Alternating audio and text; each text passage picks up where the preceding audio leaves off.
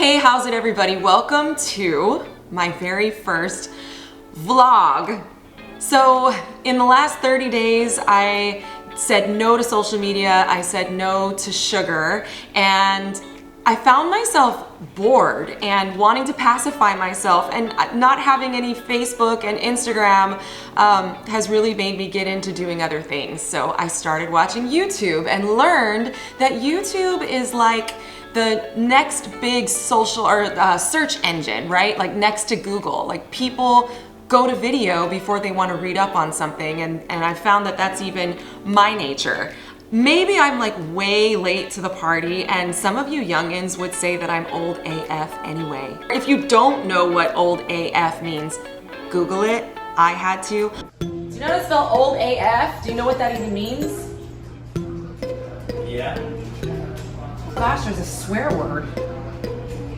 Ah! I'm somewhere in my mid-40s, and so maybe call this part of my midlife crisis.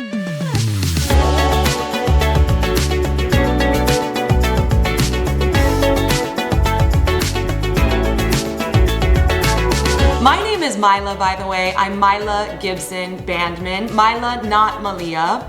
Mila Gibson has been a singer for the first 20 years of my adult life, and now that I'm in the second 20 years of my adult life, I am Mila Gibson Bandman, the real estate agent. But for the first 20 years, I was full-time singing, recording artist, songwriter, and I did a little bit of real estate.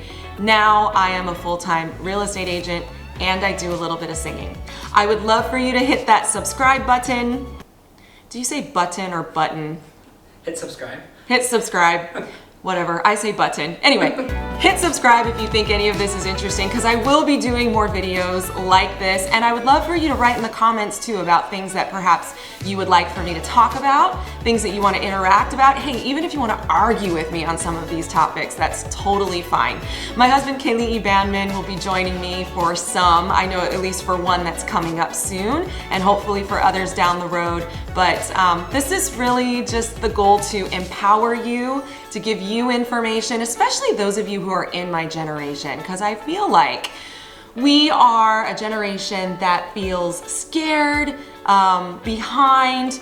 We feel like we don't really know what to do next. You know, kids have grown up and gone to college. We're being left property. Parents are getting sick or they're aging, and we are left trying to figure out what to do with them. And I just, you know, in this generation, we are a generation that likes to sit down and see each other and talk to each other. We're not the ones that only do Facebook and only do texting. I mean, heck, we grew up with phones that were connected to wires on the wall, and my videographer has no idea even what I'm talking about right now. So, why am I here and what am I doing? Well, this vlog is going to be a mixture of mid-40s-ish talk, but I'm also a real estate agent. And so I'd like to help you a little bit to understand what's going on in the Oahu real estate market, what happened in 2021, what's going on right now that we're at the very beginning of 2022, and what we can expect as we go further into 2022. Inventory, rates, who's buying, why are they buying, how are they buying, new construction. There's also a couple of new big bills that are happening in the legislature right now. Well, one in particular, one that passed previously and another one that has passed and that has yet to be written into law. So that's really the goal of me doing the vlogs. I'm hoping that we can connect, and I'm hoping that this gives you an opportunity to decide whether or not you like me enough to hire me as your real estate agent.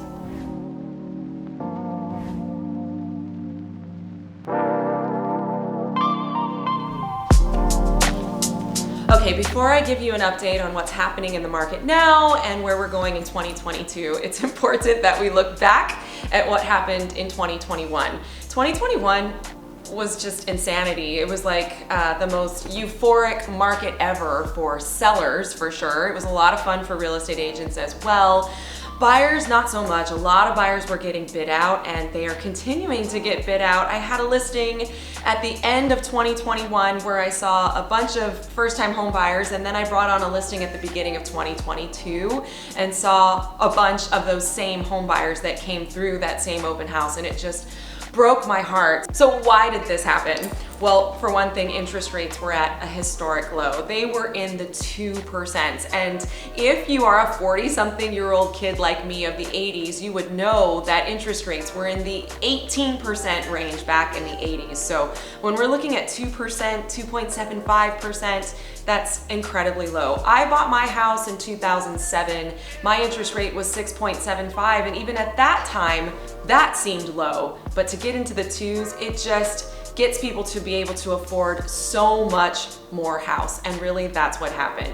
Now, in addition to interest rates being low, that caused prices to go up because the demand was high and then the supply went low, and we all went to economics class. We all know what happens when supply and demand are in that sort of a working relationship. They're in an inverse relationship, right? So when demand is high, supply is low, what happens? Prices go up, and that's what happened.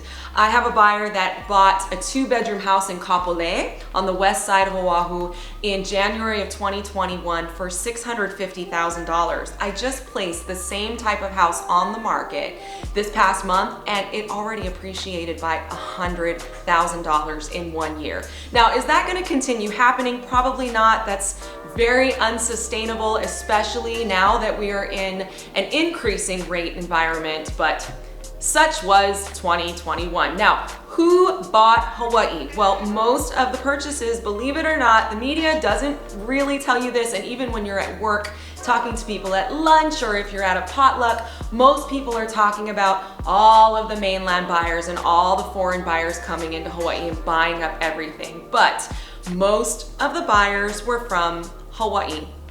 You can look it up. I've got some great information, a great graphic actually from Title Guarantee Hawaii that shows you the exact numbers. Who came in second place? Californians. Californians came in at about 684 units. So again, the media would have you believe that all the purchases, or over 50% of the purchases, were from Californians. That's just not true. It was under 1,000 purchases that went to Californians.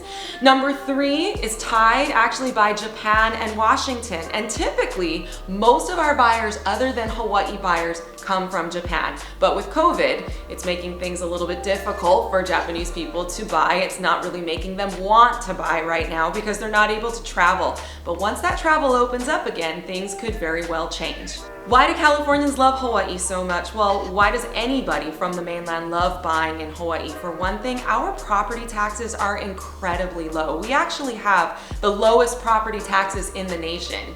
The way that our property taxes are calculated is if you're an owner-occupant, you pay $3.50 per every $1,000 of assessed value. So let's do a little bit of fun, easy math there. If your home is worth about $1.1 million and you're a married couple, well, you do get $100,000 off of that $1.1 million. So for fun and easy math, let's say that you are being taxed on the assessed value of $1 million. Well, at $3.50 per every $1,000 of assessed value, how much is that? It's only $3,500 a year. That's it. Our property taxes are incredibly low. Our property taxes also get paid with your mortgage payment. We're an impound state. So when you make your mortgage payments, you're paying principal, interest, you're also paying your insurance, and you're paying your property taxes.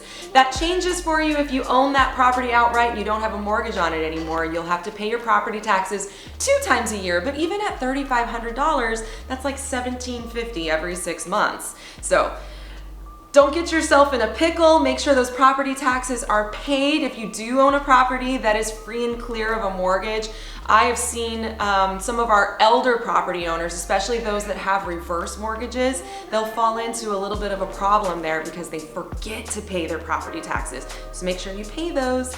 They're low. What else happened in 2021? A lot of people were doing home renovations. People's equity went up big time, so people sold or they refi, cashed out, took the money to buy other properties. So there was actually a lot of movement in the market. A lot of Hawaii people that sold their properties and bought other properties or even bought investment properties. Another thing that we saw in 2021, we saw condo sales surge again, and a big reason for that is A'ali'i in Kaka'ako had a lot of closings. A'ali'i is 750 units, and a lot of those buyers finally got to move in and occupy. So I'm a 40-something-year-old that loves to relate to other 40-something-year-olds, but one of the things that I wasn't so lucky to have in my life were human kids. So instead I have fur babies. This is Kiana, this is Prince. There are English Cocker Spaniels that we love like children. They behave like children, maybe even worse than children. I think they're gonna be in all of my vlogs, we'll see. They don't know how to leave me alone.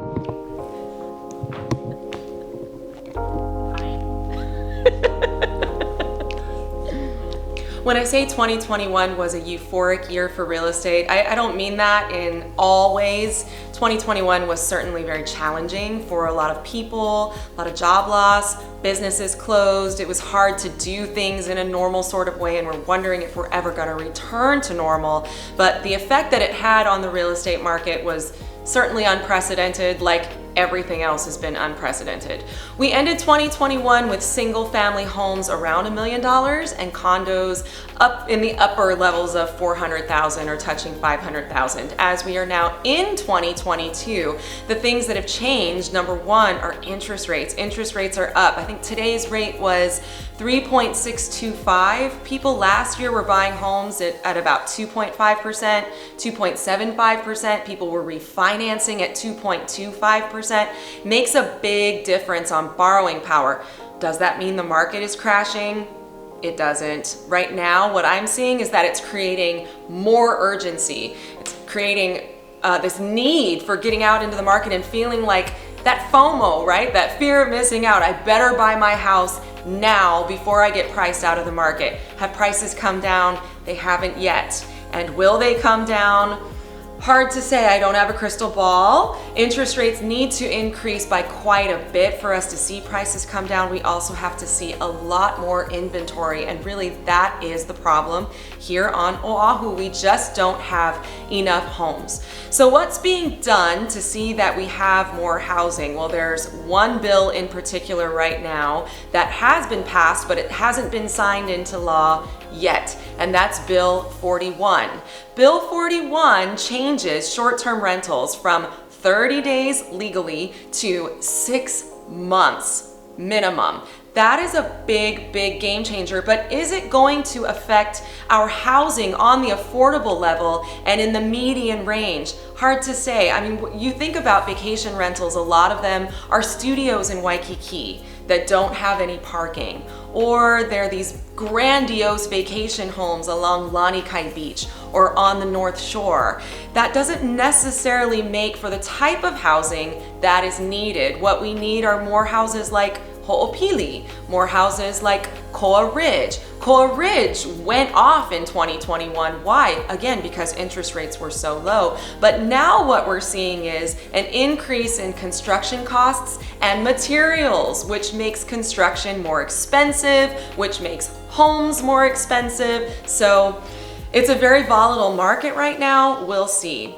As far as what you need to do in planning for either selling your home or buying a home, anytime it comes to your owner-occupied principal residence, you really have to do what is best for you, and you have to time it for what's best for you in your life. It's really not an investor mindset. Owning real estate is a long game, so it's something that you have to look into the future and say, do I want to be a homeowner? Do I like this house? Do I want to live in this neighborhood? How long will I live in this neighborhood? Do I see my kids playing with the kids in the neighborhood or going to the schools in this area? Am I going to send them to private school? What's that going to look like in terms of traffic? Where am I working? So those are the things that you have to consider, really more than price, appreciation. Now, if you're an investor, that's a totally different game. And if you subscribe to my channel, you'll see more vlogs on those types of subjects. But today, I just wanted to do more of a really simple,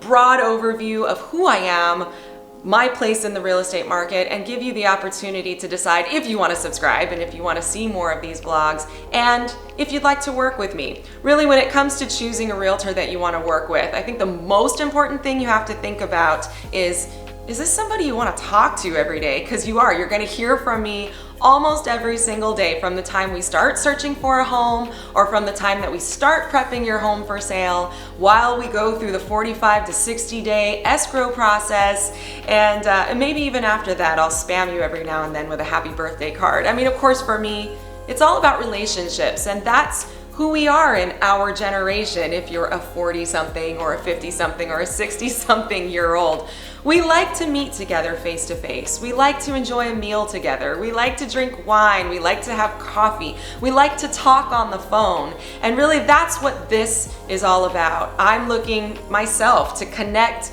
to relate, and to create community among people that are like me. So if I'm somebody that you want in your life, subscribe or let me know how I can help you.